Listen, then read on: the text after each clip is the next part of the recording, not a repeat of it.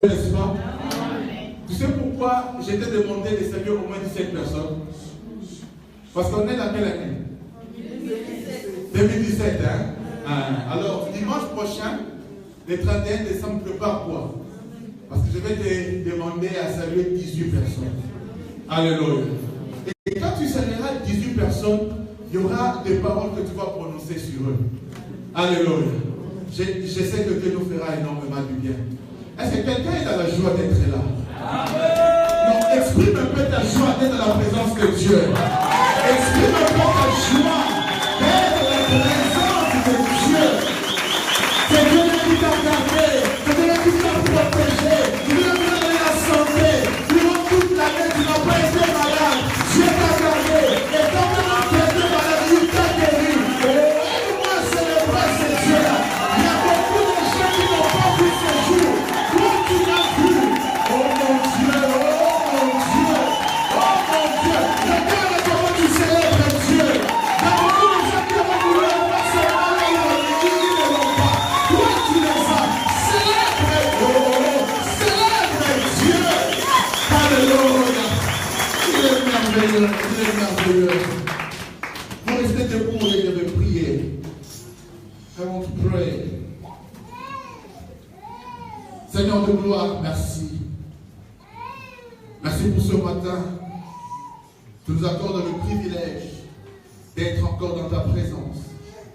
Tu nous accordes le privilège, oh Dieu, d'être dans ta présence, de pouvoir être exposé à ta parole. Seigneur, si tu nous exposes à ta parole, c'est parce que ta parole change. J'ai rejoint Paul qui a dit: je n'ai point honte de l'évangile, car c'est une puissance. Oui, Seigneur, ta parole est suffisamment puissante, non pas seulement pour nous changer, mais pour changer les circonstances de nos vies. Et ce matin, je prie, oh Dieu, que quelqu'un, sa vie soit changée. Que cette parole, oh Dieu, amène un changement, amène une bénédiction, amène une transformation, amène une élévation dans la vie de quelqu'un. Pourquoi pas, Seigneur, une guérison ce matin. Nous te bénissons et nous te rendons grâce. Nous célébrons ta présence au milieu de nous, Seigneur. Papa, nous te prions d'agir comme tu l'entends. Tout soit fait pour ta gloire. Papa, moi-même, je voudrais me recommander entre tes saintes mains. Tu sais, Seigneur, et je le sais, que sans toi, je ne suis rien. Sans toi, je ne veux rien. Seigneur, que je m'abaisse et que toi, tu sois élevé. Sois glorifié en toutes choses. Au nom de Jésus-Christ, notre Sauveur et notre Seigneur. Nous avons ainsi prié. Et le peuple de Dieu m'aide à dire gloire et louange à ton Seigneur Jésus-Christ. Nous sommes en train de dire gloire au roi des rois. Dis ça bien, gloire et louange à ton Seigneur Jésus-Christ. Gloire et louange à ton Seigneur Jésus-Christ. Amen. Nous restons debout et nous allons lire la parole de Dieu. Je suis dans Marc chapitre 14. Marc chapitre 14. Nous allons lire du verset 3 jusqu'au verset 9. Marc chapitre 14, du 3e verset jusqu'au verset 9e. Après, nous allons lire Luc chapitre 24, du 1er verset jusqu'au 5e verset. Marc 14, 3 à 9, et puis Luc 24, 1 à 5. Je commence par Marc 14, 3 à 9. Je lis au nom de Jésus. Amen. Comme Jésus était à Béthanie, dans la maison de Simon le lépreux, une femme entra pendant qu'il se trouvait à table. Elle tenait un vase d'albâtre qui renfermait un parfum de nard pur de grand prix. Et ayant rompu le vase, elle répandit le parfum sur la tête de Jésus. Elle répandit le parfum sur la tête de Jésus. Quelques-uns exprimèrent entre eux leur indignation. À quoi bon perdre ce parfum? On aurait pu le vendre plus de 300 deniers et les donner aux pauvres. et il s'irritait contre cette femme. Mais Jésus dit, laissez-la, laissez-la, botikaye, laissez-la. Pourquoi lui faites-vous de la peine? Elle a fait une bonne action à mon égard. Car vous avez toujours le pauvre parmi vous. Et vous pouvez leur faire du bien quand vous voulez. Mais vous ne m'avez pas toujours. Vous ne m'avez pas toujours. Elle a fait ce qu'elle a pu. Elle a d'avance embaumé mon corps pour la sépulture. Parole du Seigneur. Luc chapitre 24. Luc, c'est juste après Marc. Chapitre 24, du premier verset jusqu'au verset 5. Luc chapitre 24, du premier verset jusqu'au verset 5. Le premier jour de la semaine, elles se rendirent au sépulcre de grand matin, portant les aromates qu'elles avaient préparés. Elles trouvèrent que la pierre avait été roulée devant le sépulcre. Et étant entrées, elles ne trouvèrent pas le corps du Seigneur. Comme elles ne savaient que penser de cela, voici deux hommes leur apparurent, en habits resplendissants. Saisies de frayeur, elles baissèrent le visage contre terre. Mais il leur dit, pourquoi cherchez-vous parmi les morts celui qui est vivant? Parole du Seigneur. Est-ce qu'on peut acclamer pour la parole de Dieu? J'essaie d'acclamer pour la parole de Dieu. Amen. Amen. Gloire à Dieu. Merci de prendre place. Je bénis le Seigneur pour notre sœur Esther qui nous a conduits pour la première fois ce matin. Je suis vraiment reconnaissant à Dieu pour la manière dont le Seigneur est en train d'amener cette maman, cette fille de Dieu. Elle a commencé à faire la modération chaque jeudi ici, et petit à petit, j'ai vu comment est-ce qu'elle grandit. Et ce matin, elle nous a vraiment fait du bien par sa modération. Est-ce que nous pouvons acclamer Dieu pour sa vie? Acclamer Dieu pour sa vie. Tout à l'heure, je priais pour elle parce qu'on ne peut pas faire un service sans être consacré à Dieu. Amen. Alors on va vraiment la consacrer à Dieu pour qu'elle continue, qu'elle soit et qu'elle continue à être une bénédiction. Le dimanche passé, j'ai commencé à parler sur la gratitude. Le dimanche passé, j'ai commencé à parler sur la reconnaissance. Nous avons exploité le texte de Luc chapitre 17, 11 à 19, où le Seigneur avait guéri 10 lépreux, mais la Bible déclare qu'il y a un seul lépreux, un Samaritain, un étranger, qui est retourné voir Jésus pour lui dire merci. Nous avons dit qu'il était important de savoir être reconnaissant à Dieu. Dieu fait des choses dans nos vies. Il s'attend à ce que nous puissions lui manifester la reconnaissance, la gratitude. Et nous avons présenté les avantages qu'il y avait à être dans la gratitude, dans la reconnaissance. Nous avons dit que celui qui est reconnaissant reçoit plus de Dieu. Nous avons dit que celui qui manifeste la reconnaissance à Dieu pousse Dieu à agir davantage dans sa vie. Et nous avons répondu à cette question, comment manifester sa gratitude?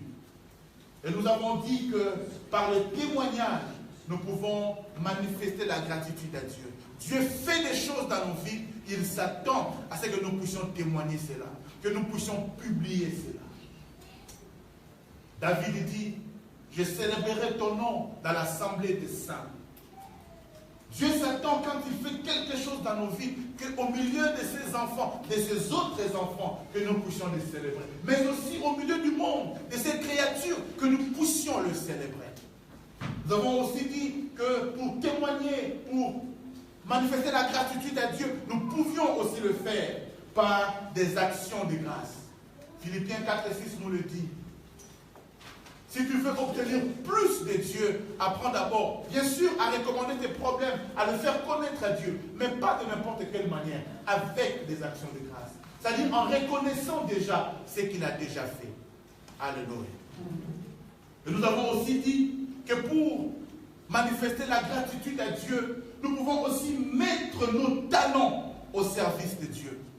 Tu sais que c'est cette doigté-là que tu as à gratter sur une guitare, ce n'est pas ton père qui te l'a donné, mais c'est Dieu qui te l'a donné. Tu peux peut-être jouer dans un groupe, je ne sais lequel, mais tu sais aussi donner le temps à Dieu, à celui qui t'a donné cette doigté-là. Dieu t'a donné un sens de l'administration. Tu travailles peut-être dans un coin et ailleurs en administration, mais le talent que Dieu t'a donné, tu peux aussi le mettre au service de l'Église. Bénévolement, tu peux donner un jour, quelques heures. C'est aussi une manière de reconnaître que ce que j'ai, je ne l'ai pas reçu de mes parents, mais je l'ai reçu de Dieu. Alléluia. Mais ce matin, j'aimerais continuer dans le même sens, mais essayer de répondre à une question. Quand est-ce qu'il faut alors manifester la gratitude à Dieu? À quel moment? Bien-aimés dans le Seigneur, il y a des moments que Dieu attend. Dans l'histoire que nous avons lue le dimanche passé, j'aimerais seulement que vous puissiez imaginer que ce Samaritain-là se soit dit, je vais d'abord aller chez moi et puis je vais revenir retrouver Jésus. Je ne suis pas sûr qu'il l'aurait retrouvé. Parce que d'ailleurs, la Bible dit que Jésus était en voyage. Il partait vers Jérusalem. Donc si seulement ces Samaritains-là avaient tardé, ils n'allaient pas retrouver Jésus. Je ne sais pas si le 9 autres s'était aussi dit, bon, nous allons d'abord chez le sacrificateur, nous irons dire chez nous à la maison que nous sommes guéris, après plus tard, nous viendrons pour remercier Jésus. Mais êtes-vous sûr que Jésus sera toujours là? Êtes-vous sûr que vous le retrouverez? Ainsi ce matin, j'aimerais dire à quelqu'un ceci, il y a un temps pour tout. Il y a aussi un temps pour manifester la gratitude à Dieu. Quelqu'un peut dire amen que j'avance? Il y a un temps pour manifester la gratitude à Dieu. Au monde, ou dans le monde, il y a une expression qui dit « vaut mieux tard que jamais ». Vaut mieux tard que jamais. Mais moi, j'aimerais essayer de répondre à cette question. Mieux vaut-il vraiment tard que jamais? Alléluia. Peut-être qu'au niveau des hommes, vaut mieux tard que jamais. Mais vis-à-vis de Dieu, mieux vaut tard que jamais n'est pas valable. Parce qu'il y a un temps pour tout. Vous savez, une bonne action faite au mauvais moment peut s'assimiler à une mauvaise action. Est-ce que quelqu'un me comprend? Une bonne action faite au mauvais moment peut être nulle. Dans le texte que nous avons lu ce matin, on nous parle de deux femmes. La première, dans Marc chapitre 14, on nous dit, elle est allée répandre sur la tête de Jésus un parfum de grand prix. C'était tellement de grand prix que même les disciples se sont mis à ronronner, à vociférer, à réclamer. Mais pourquoi est-ce qu'elle peut dépenser autant pour seulement répandre le parfum sur Jésus? Est-ce que ce parfum-là, elle ne pouvait pas le garder, nous le donner? Eux-mêmes ont même estimé. Il dit, on pouvait les vendre à 300 deniers. Je voudrais juste ouvrir une parenthèse en disant ceci. Le salaire moyen dans ce temps-là, par jour, était de 1 denier. 1 denier. Par jour. Donc cette femme-là, son parfum pouvait être vendu à 300 deniers. Faisons une petite comparaison. aujourd'hui, chez nous, en Europe, moyennement, le salaire journalier est autour de 50 euros. Je parle du SMIC. 50 euros par jour. Cette femme, son parfum pouvait coûter 300 jours de travail. Tu peux juste faire un calcul rapide. 50 fois 300. Le mathématicien, ça fait combien? Vas-y, Aya. Non, pas 1500. 15 000. Non, il a juste oublié un zéro. 1500. Il a oublié un zéro. 15 000. 15 000 euros. Ça veut dire que ça dépasse même le salaire annuel de certains d'entre nous. Mais cette femme-là n'a pas vu le montant. Elle a vu l'acte qu'elle devait faire. Elle a répandu un parfum de 15 000. Et parfois, vous savez, il y a des gens qui s'exclament, ce n'est même pas ton argent. Ce n'est même pas toi. Moi-même, je connais mes moyens. Et je sais ce que je peux donner à Dieu. Mais pourquoi est-ce que quand moi je donne à Dieu, toi ça t'énerve? Il y a des gens qui aiment toujours nous décourager. Eh vraiment, toi aussi tu exagères. On fait ça et mis. On voit matin. Mais est-ce que ça t'intéresse? Est-ce que c'est ton argent? Mais pourquoi tu dépenses autant pour les choses de Dieu? Yaya, est-ce que tu sais ce que Dieu a fait pour moi? Alléluia. Ce n'est même pas ton argent, c'est mon argent. Je n'ai même pas emprunté ça chez toi, c'est mon argent. Je vais glorifier mon Dieu. Mais pourquoi toi ça te dérange? Jésus dit, laissez-la. Ce matin, je sens dans mon cœur de dire à quelqu'un, Tikaï, laisse-la, laisse-la. Qu'on te laisse faire ce que tu as à cœur de faire pour Dieu. Même si les gens te critiquent, Jésus te défendra. Je disais, Jésus te défendra. Cette femme-là, il savait qu'elle était la sœur de Lazare. Alléluia. Plus tard, Jésus est allé ressusciter son frère. Tu ne sais pas ce que Dieu peut faire à cause de ce que tu fais aujourd'hui. Si seulement elle avait regardé les gens, il se peut, je suis vraiment en train d'extrapoler, il se peut que le miracle de Lazare n'aurait pas eu lieu. Elle l'a fait et elle a récolté plus tard le fruit. Dis-moi un peu, à combien tu vaux la vie de tes enfants? À combien tu évalues la vie de ton mari, de ta femme, de ton frère? 15 000, c'est rien. Alléluia. Mais cette offrande-là, que cette femme-là a donnée, Jésus l'a appréciée et l'a appréciée hautement. Et puis Jésus dit quelque chose. Jésus dit, ce qu'elle a fait là, ce qu'elle a fait, en fait, elle m'a embaumé. Elle m'a déjà embaumé pour ma sépulture. Ce qu'elle a fait là, elle a jeté, elle m'a parfumé pour le jour où on ira m'enterrer.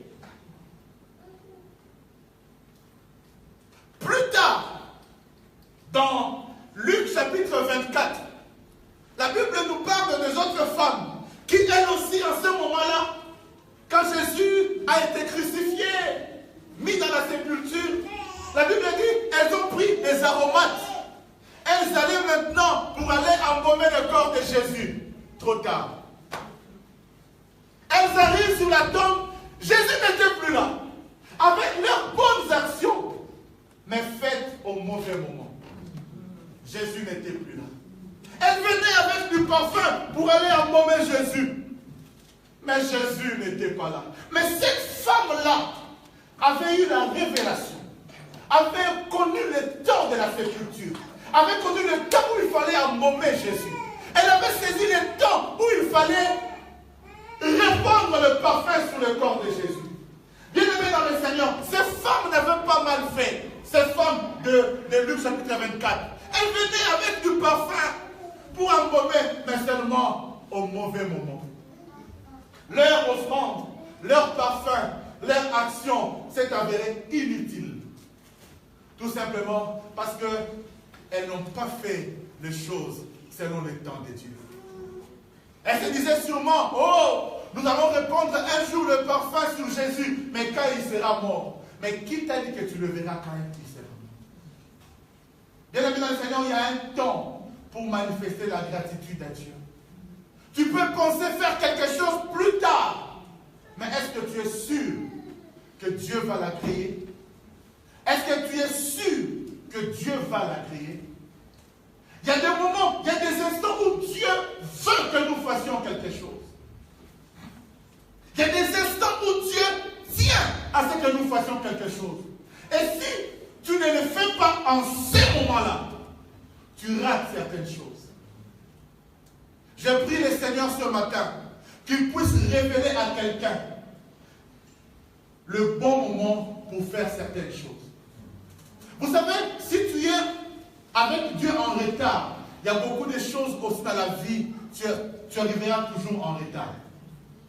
Quelqu'un dit Amen bien. Amen. Il y a des gens ici qui sont confrontés à l'esprit de retard. Et ça se manifeste même dans la manière dont on vient à l'église, en retard. Et nous faisons des choses en retard. Nous célébrons Dieu en retard.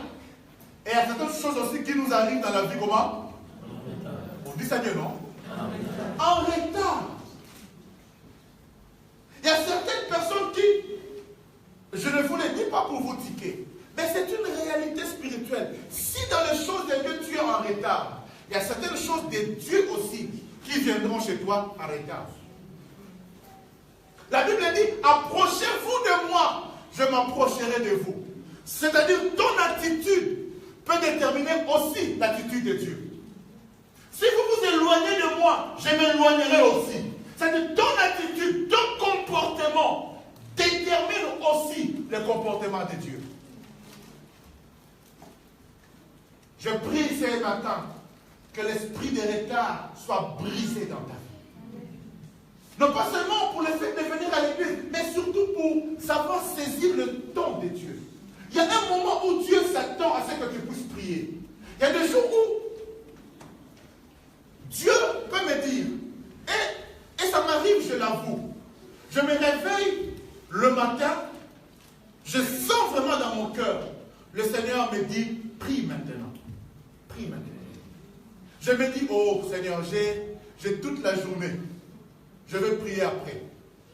Dès que je quitte mon lit, j'entre dans des activités à gauche, à droite.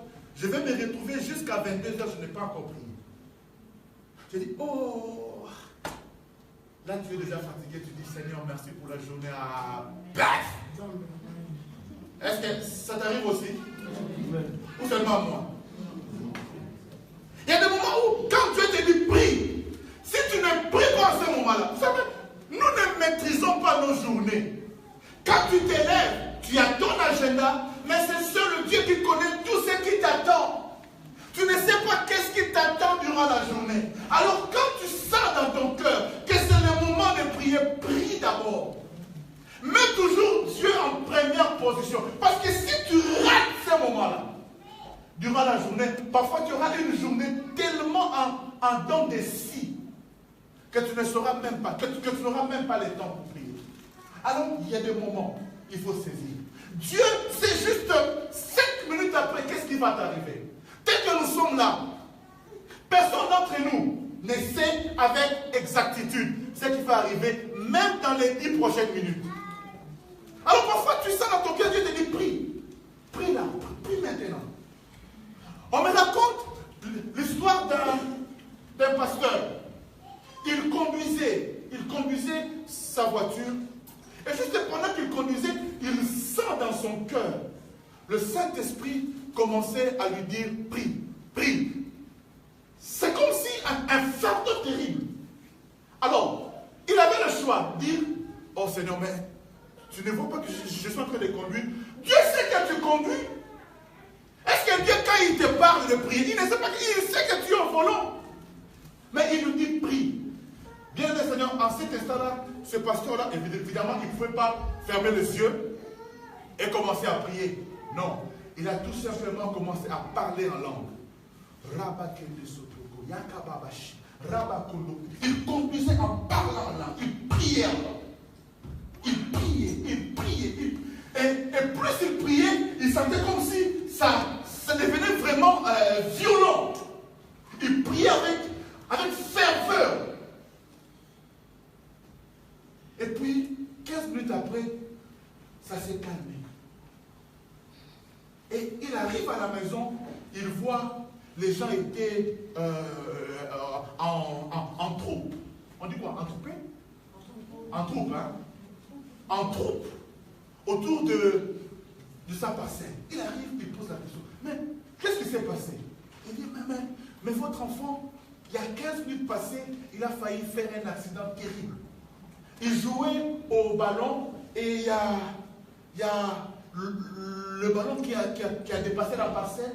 Et juste quand il sortait pour aller prendre le ballon, il y a un véhicule qui passait. C'est-à-dire, c'était 1 centimètre que l'enfant allait complètement écrasé.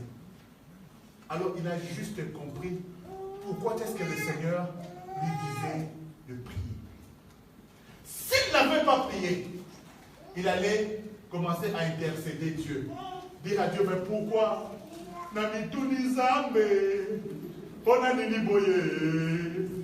Pourquoi la mort est venue?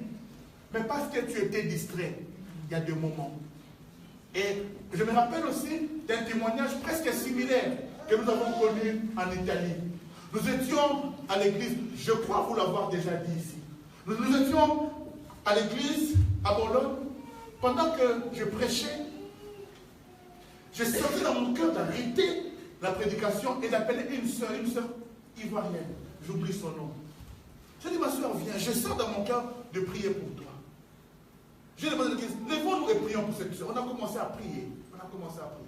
Et le dimanche prochain, elle vient à l'église, elle dit, pasteur, je vais témoigner. Je dis, quoi? Elle dit, pendant que nous prions ici, j'avais laissé mes enfants à la maison. Parfois, c'est important de venir à l'église avec les enfants. Parents, dites amen. Amen. Elle est venue à l'église sous la protection de Dieu, mais elle a laissé des enfants à la maison. Et les enfants, pendant qu'ils jouaient, il y a un qui a tiré sur son ballon et s'est sorti dehors. Et l'enfant qui courait pour aller prendre ce ballon-là, il y a un véhicule qui a failli aussi le cogner. Et quand elle pose la question, mais c'est à quel moment? C'est pratiquement à l'heure où le Seigneur m'a demandé de prier pour elle.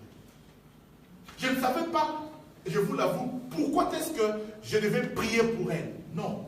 Mais j'ai senti seulement dans mon cœur prier pour elle. Sans avoir les informations exactes. Bien-aimé dans le Seigneur, il y a des moments où il faut faire certaines choses.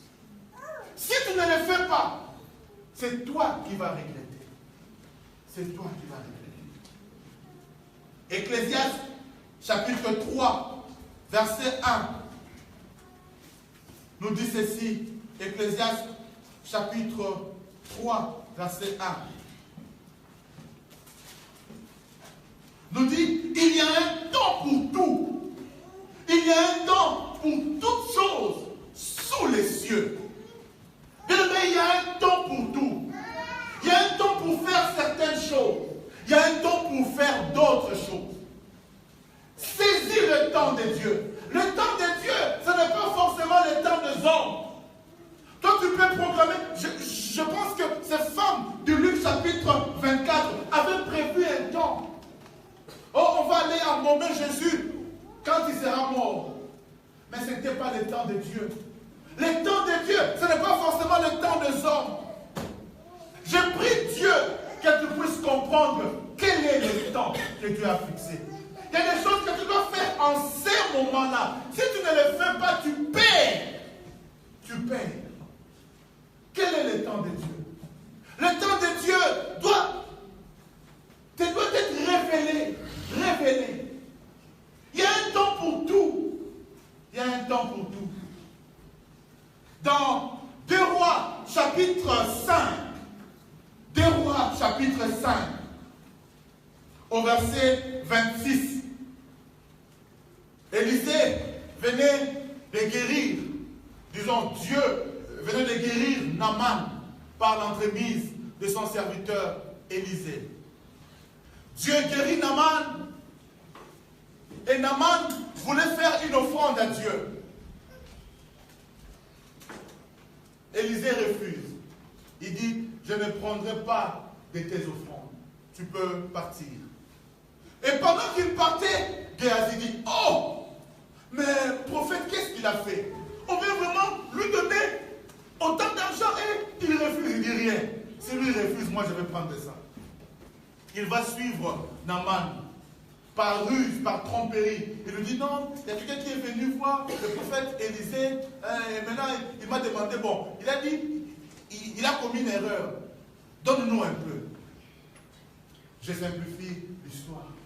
Et Naaman lui donne. Et quand il revenait, Élisée lui dit ceci. Il dit, est-ce le temps de prendre les offrandes? Est-ce le temps?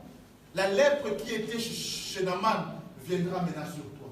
Parce que ce n'est pas le moment de prendre les offrandes. Bien aimé dans le Seigneur, même au niveau de ce que nous donnons à Dieu, il y a un moment.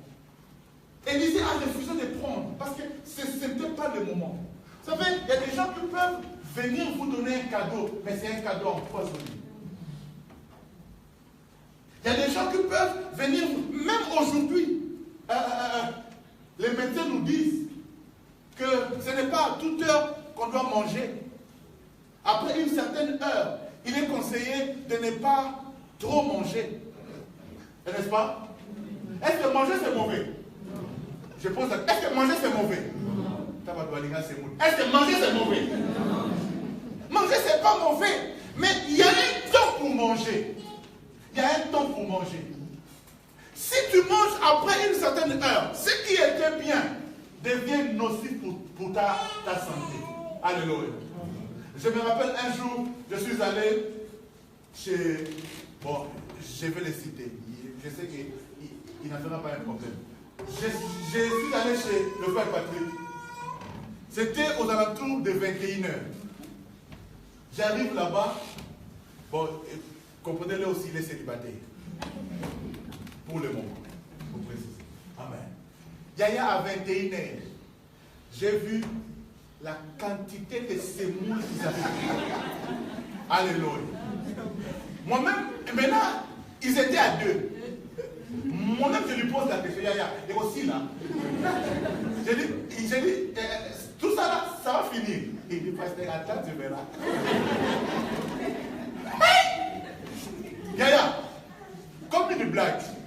Ta, ta, ta, ta. Oh. Il y a même dit ça, bon? Tout est fini. Alléluia. Un jour, il y a mon fils Chavet qui était parti, un peu resté chez eux. Vous savez, Chavet, lui, il est né ici. Il n'est pas habitué à manger, comme nous on dit, sangana. Maintenant, ils ont mis la sémoule. Maintenant, il fallait manger. Hein? Il n'y a pas de part de chacun. Il fallait couper. Maintenant, Chavet n'est pas habitué.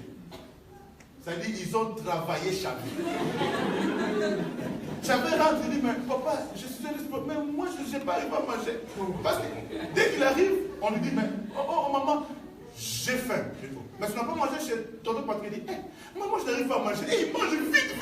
C'est-à-dire, quand moi je prends un là, il est temps de faire ça. Et ils sont à 5. Manger, ce n'est pas mauvais. Mais le médecin te dit, après 20 heures, tu n'as plus le droit de manger une certaine quantité. Vous savez, il y a certaines choses que nous découvrons aujourd'hui. Si je l'avais découvert à temps, mais du coup, moi, il y était dans ma vie. Alléluia. Il y a des choses. Parce que nous, quand on grandissait, quand on venait en Europe, on pensait que il faut moins ventriculer. Maintenant, quand on arrive ici, on comprend que c'est pas bon. Maintenant, on a déjà eu les ventricules. Si on savait. Bien aimé, il y a un temps pour tout. Il y a un temps où manger, qui est une bonne chose, peut être bénéfique pour toi. Mais il y a un temps, même une bonne action peut devenir nocif. Il y a un temps, même pour faire les offrandes. Élisée dit, est-ce le temps des offrandes? Est-ce que ce que Naaman voulait faire était mauvais? Non. mais ce n'était pas le moment. Il y a des choses que quand tu viens donner, Dieu dit, ce n'est pas le bon moment. Ce n'est pas le bon moment. Il y a des jours où Dieu a besoin de personnes ici. Il y a des moments où Dieu dit, appelle les gens pour venir soutenir le loyer de cette église. Et toi là, tu boudes. Et puis après tu viens, bon, pasteur, bon, tu as donné, je vais prendre. Mais ce n'est pas le bon moment. Ce n'est pas le bon moment. Est-ce que quelqu'un me comprend? Mais il y a des choses, quand tu rates ces moments-là, même où tu es difficile à faire la chose, où ce que tu fais devient pratiquement inutile. Je me rappelle toujours de ceci, et ce n'est pas mon témoignage, c'est un témoignage que j'ai reçu en Hollande. Il y a un frère qui dit, pasteur, quand moi, je devais donner la dîme, dès que je prends l'argent, si je commence seulement à faire autre chose, je vais me retrouver, et même la dîme là, j'ai consommé cela. Alors j'ai seulement dit, j'ai donné l'autorisation à ma société de couper la dîme à la source. Maintenant aujourd'hui, même en France, on commence à parler de l'impôt à la source. C'est-à-dire que ça n'arrive même pas chez toi. C'est-à-dire qu'on donne seulement qu'on coupe et qu'on transfère. C'est-à-dire que tu donnes. Je ne vais pas avoir de problème avec Dieu. Mais il y a des choses, dès que tu as l'argent, tu dis, bon, je paye d'abord la dette de maman Alpha. Et puis après, McDo. Je mange d'abord McDo. Après, je paierai la dîme. D'ailleurs, tu vas trouver même la dîme, là, tu vas consommer ça. Maintenant, les gens me regardent comme si ils sont innocents. Bien aimé dans le Seigneur, il y a des choses qu'il faut le faire. C'est pourquoi moi je me suis établi un principe. Dès que j'ai l'argent, avant même que je commence à faire autre chose, j'enlève d'abord ma dîme. J'enlève d'abord la part de Dieu. Parce que Dieu doit toujours être au premier. Il est l'alpha, il est oméga. Ne mets pas Dieu au milieu. Il est A, il est Z. Non, ne fais pas en sorte que Dieu soit D ou E dans ta vie. Qu'il soit A et qu'il soit Z. Il y a un temps pour toutes choses. Quand Dieu a fait des choses dans ta vie, tu dis, oh non, moi, je ne vais pas témoigner aujourd'hui. Moi, j'attends. Moi, j'attends. Non. Tout ce que Dieu fait nécessite qu'il soit glorifié. Je parlais le dimanche passé. Il y a certains qui ne témoignent pas parce qu'ils ont peur de leurs oncles. Mais le Dieu qui t'a béni, il savait que tu as un oncle sorcier. Mais si les sorciers là étaient vraiment forts, ils devaient empêcher Dieu de te bénir. Dieu t'a béni et il s'attend à ce que tu puisses manifester ta reconnaissance. Et toi, dis reconnaissance. Non, dis ça bien, reconnaissance. Il y a un temps pour tout. Il y a un temps pour tout. Quand Dieu te visite, il s'attend à ce que tu puisses le glorifier, que tu puisses le reconnaître. Jésus s'est exclamé devant une ville. Dans Luc chapitre 19, Luc 19, verset 44, Jésus, regardant une ville, il dit, malheur à toi, parce que tu n'as pas connu le temps où Dieu t'a visité. Malheur à toi, Luc 19, verset 44. Parlant de Jérusalem, il dit, ils te détruiront, toi et tes enfants, au milieu de toi. Ils ne laisseront pas en toi pierre sur pierre, parce que tu n'as pas connu le temps où tu as été visité. Mais il y a un moment où Dieu nous visite. Voilà pourquoi même quand les disciples s'exclamaient, pourquoi la femme a fait ceci? Dieu leur regarde et dit, écoutez les pauvres, vous les avez toujours. Mais moi, vous ne m'avez pas toujours. Oh, mais Seigneur, qu'est-ce qui se passe? N'as-tu pas dit que tu seras avec nous tous les jours? Que tu ne nous abandonneras jamais? Mais pourquoi tu peux dire que nous ne t'avons pas toujours? Bien-aimé dans le Seigneur, si Dieu est omniprésent, il y a des endroits où il nous fixe rendez-vous. Ah. Si Dieu est omniprésent, il n'agit pas partout. Il y a des endroits spécifiques où Dieu nous attend, où Dieu nous donne rendez-vous. Dieu appelle Abraham. Il lui dit, va me sacrifier Isaac sur cette montagne-là. Imaginez seulement qu'Abraham soit parti sur une autre montagne. Il allait tuer Isaac, mais il n'allait pas voir le bélier. Parce que le bélier était réservé sur cette montagne-là. Et pourtant, Dieu est omniprésent. Mais il y a des endroits où Dieu nous attend. Dieu nous a dit qu'il sera avec nous tous les jours, c'est vrai.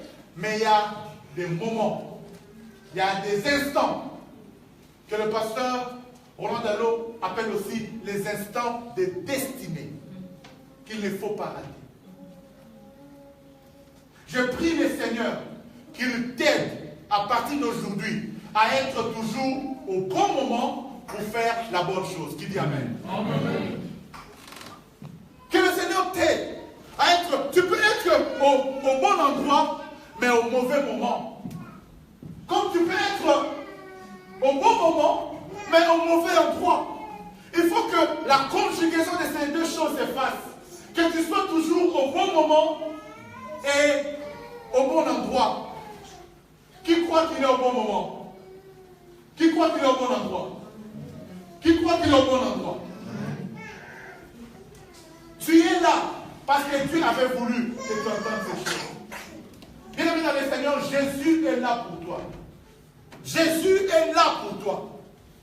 Jésus fait des choses dans nos vies. Moi, je ne peux pas être ingrat.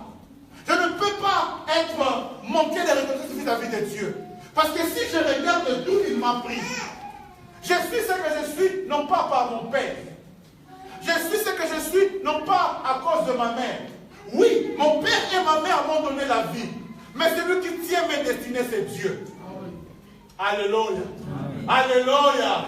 Donne-moi un amen puissant, s'il te plaît. Amen. Je suis ce que je suis à cause de Dieu. C'est lui qui me garde, c'est lui qui me protège, c'est Dieu. Alors pour tout ce qu'il fait, je lui dois la reconnaissance. Je lui dois la reconnaissance. Ce matin, je sais que Dieu veut faire des grandes choses dans ta vie. Mais il s'attend à ce que toi aussi, tu puisses lui donner le témoignage au bon moment. Que tu puisses lui manifester la reconnaissance au bon moment. Parce que c'est lui qui fait les choses au bon moment. J'avais dit ceci le dimanche passé. C'est lui qui manifeste la gratitude vis-à-vis de Dieu. Dieu lui ajoute quelque chose. N'est-ce pas? N'est-ce pas? Tu fais quelque chose, le Samaritain qui est revenu, il a dit merci à Jésus. Jésus dit, maintenant tu es sauvé. Les autres ont été guéris, mais n'ont pas été sauvés. Mais lui qui est revenu dire merci, non pas seulement qu'il a été guéri, mais il a été aussi sauvé. Et quand nous faisons les choses au bon moment, Dieu aussi ajoute quelque chose. Parce que quand la femme a fait cela, écoutez ce que Jésus dit. Partout où on prêchera l'évangile, on parlera de cette femme. On parlera de cette femme.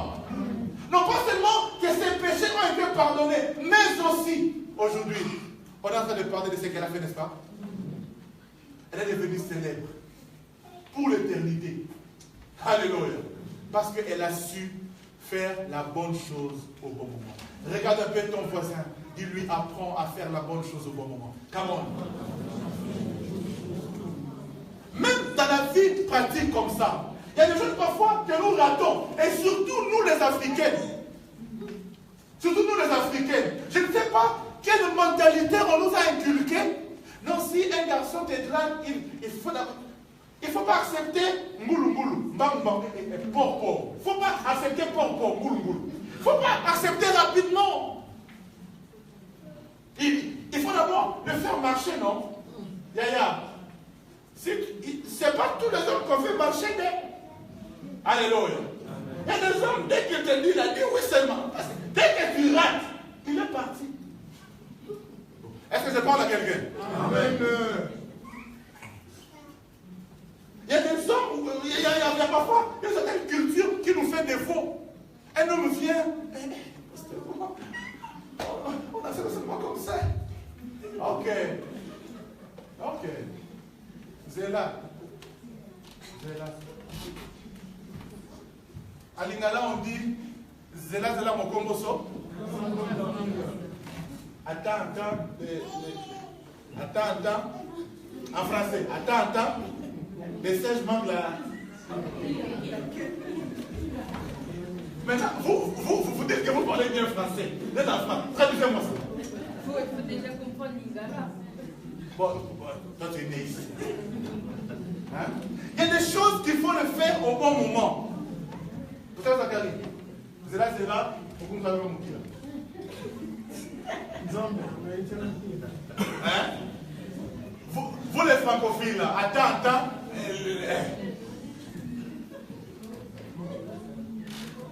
Il y a des choses qu'il faut faire.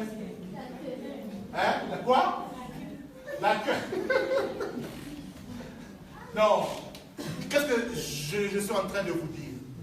C'est qu'il y a des choses qu'il faut faire au bon moment. Il y a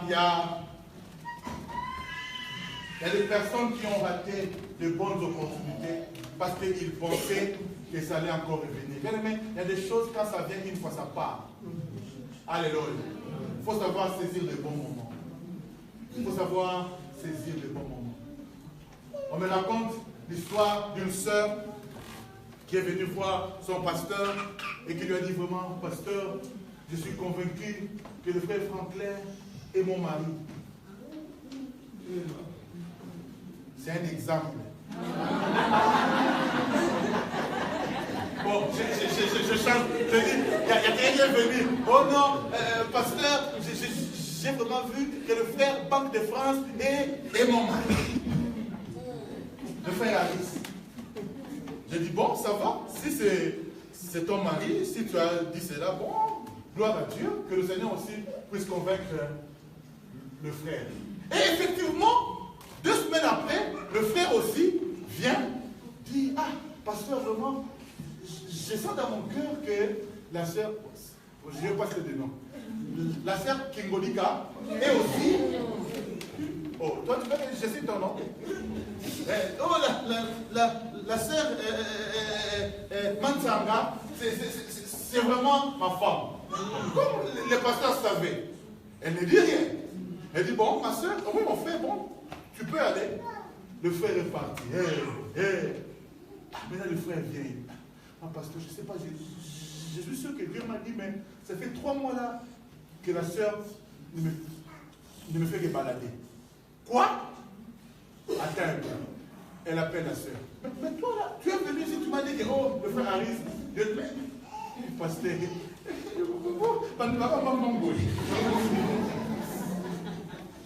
mais si Dieu t'a dit que c'est lui, mais pourquoi tu dois forcément avoir la mentalité de faire des choses en retard?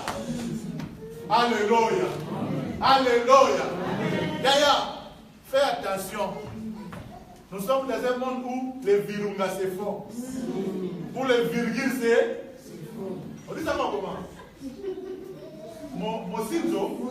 D'ailleurs, on va te scintiller. On va te scintiller bien. Parce que toi, tu veux seulement faire... Non. Apprends à faire les choses, les bonnes choses au bon moment. Est-ce que quelqu'un a été béni ce matin? Est-ce que tu as été béni ce matin? Amen. Tu peux venir avec les aromates pour la sépulture de Jésus, mais en retard.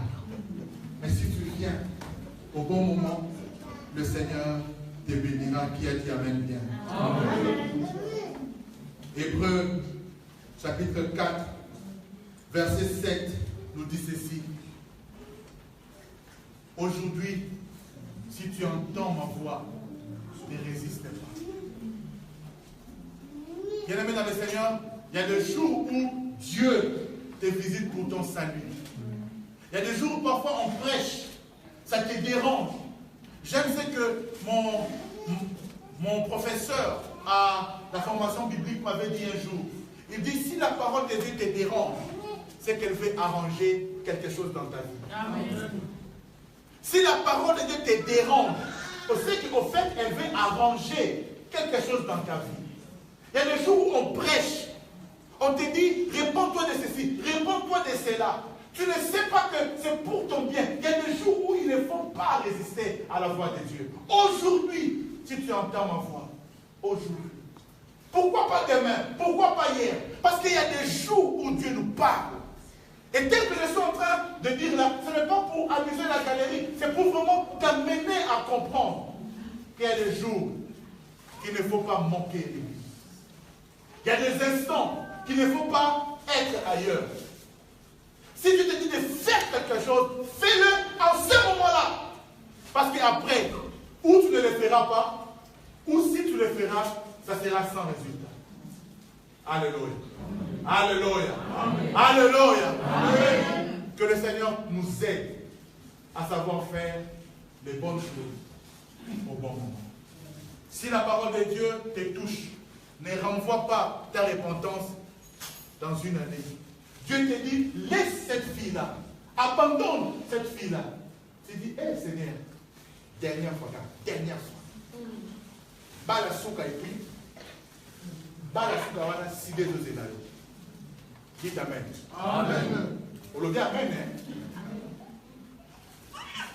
Dites Amen bien. Amen. Dites Amen bien. Amen. Quand Dieu te dit, laisse.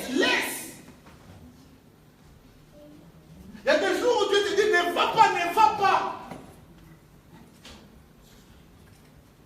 Que Dieu t'ouvre les oreilles pour que tu puisses entendre la révélation de Dieu.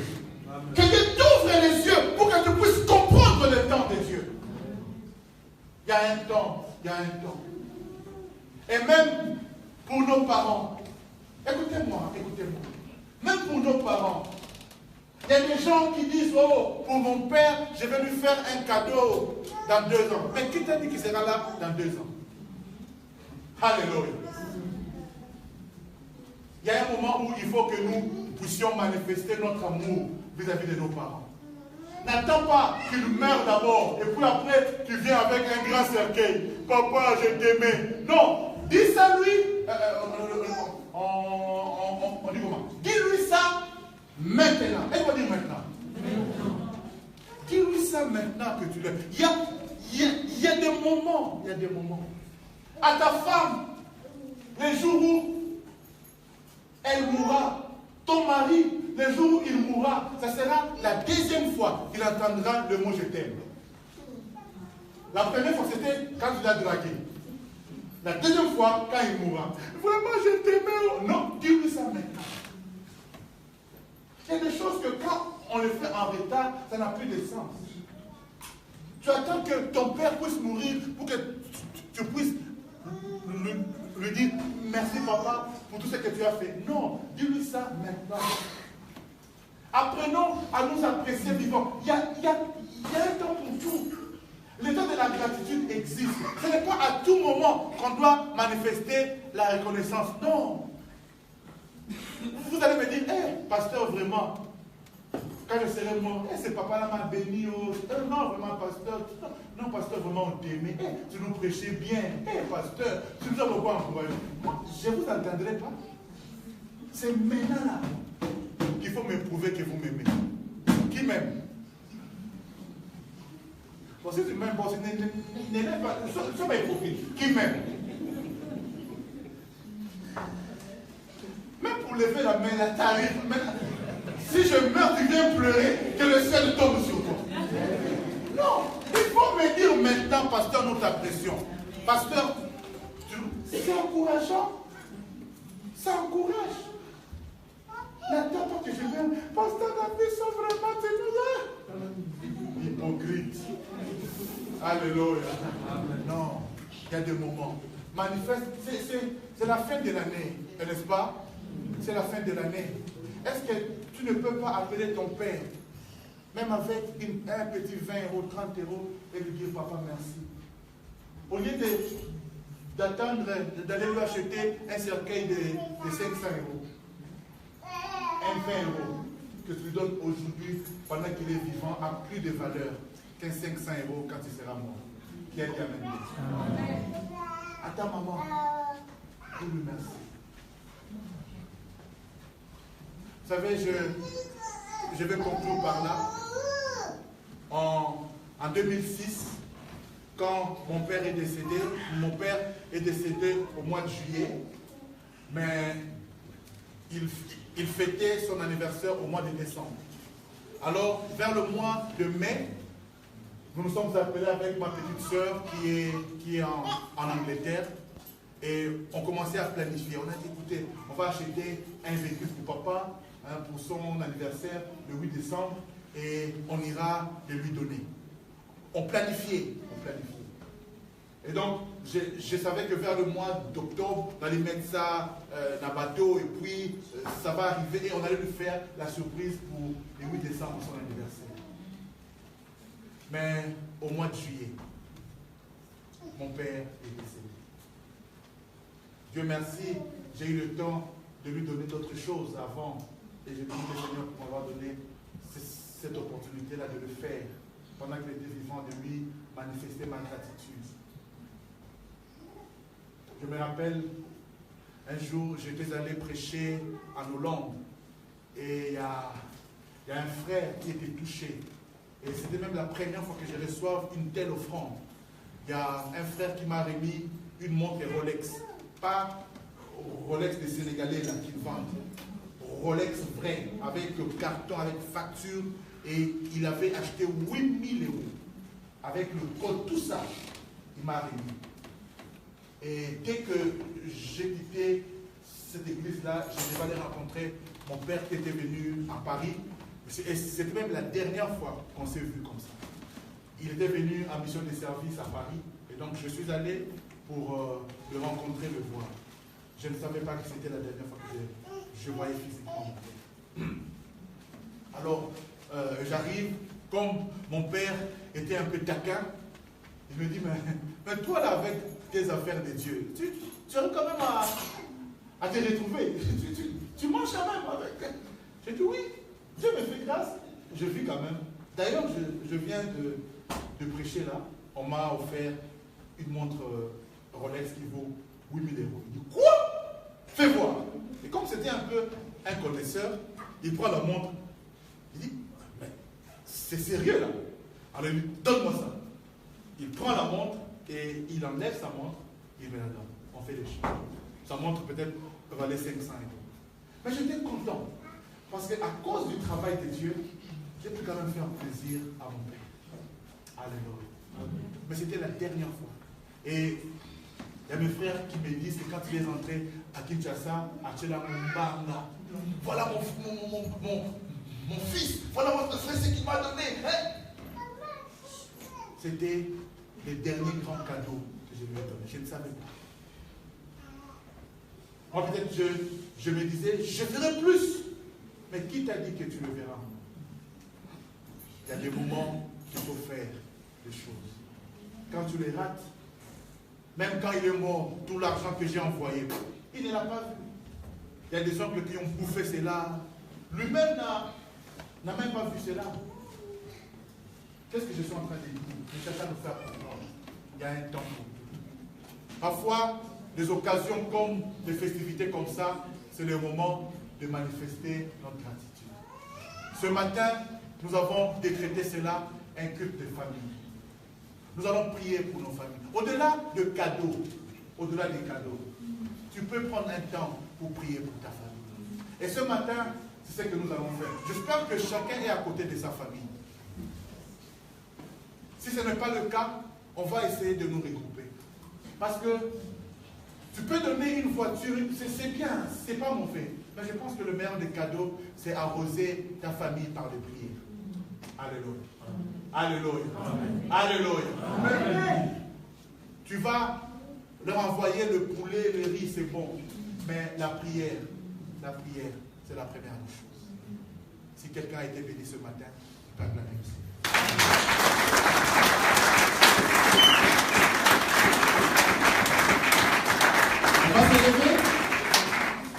On va s'élever.